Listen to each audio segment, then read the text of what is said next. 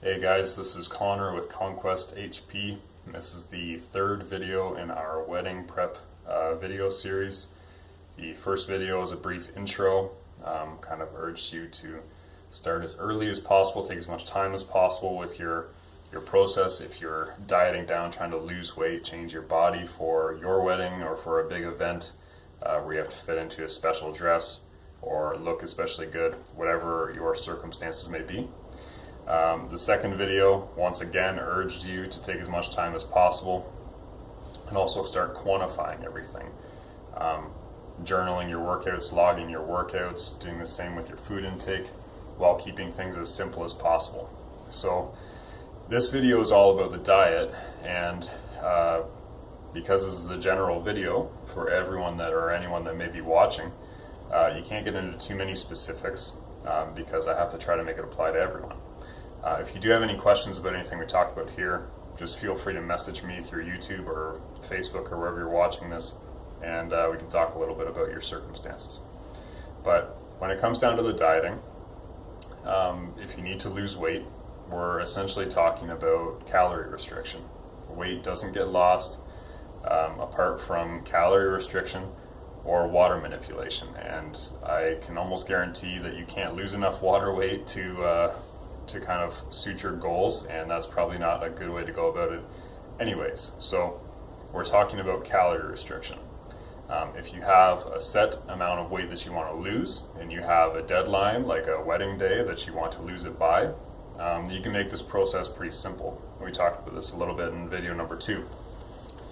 But if you want to lose 10 pounds and you can take that rough number, 3,500 calories per pound of body weight, body mass, body fat, whatever, and multiply that by 10 because you want to lose 10 of those pounds, then you can figure out how many calories you need to burn between here and your wedding day. And then you can apply that to any amount of weight. Just assume there's 3,500 calories per pound of weight you want to lose, and multiply it out from there. And then divide it again by how much time you have to work with. Ideally, we want to spread out that weight loss over as much time as possible because it'll be as small a stress on the system as possible that way. If we try to lose all of the weight over a 2-week span or a 4-week span, you have to get more and more aggressive, and that's more and more stressful for you and for your body. So obviously that's not the best way to go. So once you've figured out how many calories you really need to cut between here and your big day to lose the amount of weight you want to lose, or just fit into your suit or a dress or whatever the goal specifically may be, then you're going to want to make as small of a change on a daily and weekly basis to your diet as possible. And I say as small a change as possible because a lot of people in these circumstances have the tendency to drift towards fad diets, where there's a set meal plan or regimented meal plan, or something completely different, like going low carb or eating paleo or something like that, something that they've never done before, something they don't prefer. It's very, very foreign to them. They're not familiar with it, but they do it because they think that the secret to weight loss is in the diet. And because we've already talked about calorie manipulation, you know that's not true. You can lose weight on any diet, whether it's paleo or ice cream only, as long as the calories are in check. I don't really recommend either of those for most people, but that's beside the point. So we have calorie manipulation. You've got to work through that. So the best diet to get you there, to cut those calories, is the one you're currently using. And I say that because it's the one you're most familiar with. It's the one you're most comfortable with. That's why you're eating that diet right now. So if we can find some ways to manipulate that diet to get you to your calorie goals, that is by far the best choice because we already know it's sustainable. You've already been doing it for some length of time now. And it poses the smallest threat to your little internal environment. It's the smallest stress to your system. We already know that you're eating the foods you want to eat, probably much of the time, and we already know that you tolerate those foods well. So let's just play with those foods. So you can figure out what the best way to cut those calories is too. If you've already decided that sticking to the current diet, the one that you're working with, is good, then you can figure out how you're going to time this restriction. So again, different approaches will work for different people here, but you might want to think about maybe cutting a little bit every day, equal portions all 7 days of the week to achieve that calorie deficit that we're working for. You might find that dieting harder 5 days of the week, like the work week, and then eating kind of normally on the weekend gets you there. If you have 2 high calorie days a week and 5 slightly lower calorie days a week, it can still be a very gradual diet.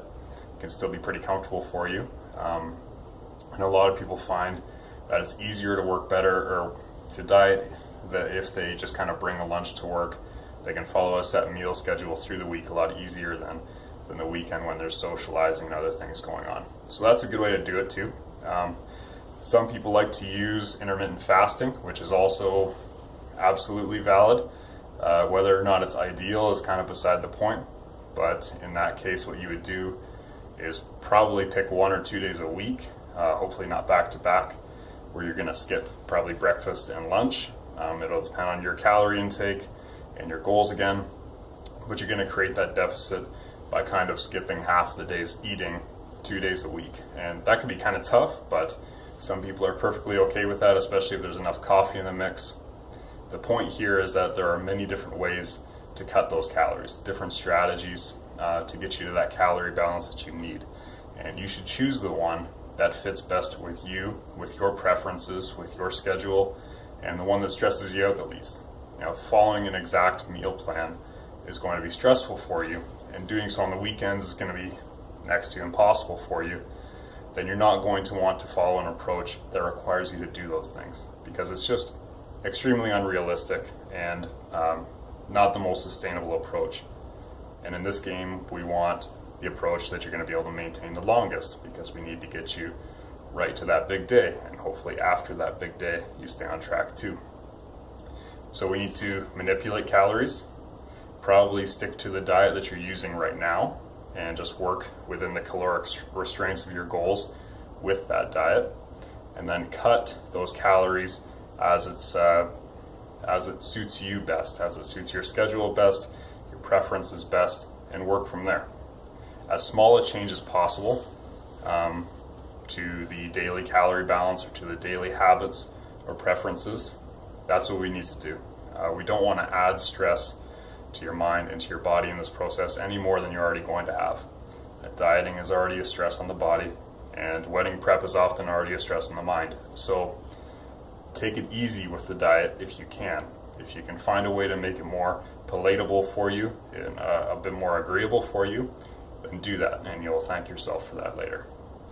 Okay, check out the other videos in this series if you haven't already, and keep your eyes peeled for future videos in this wedding series and in our fitness discussion and exercise instruction videos as well.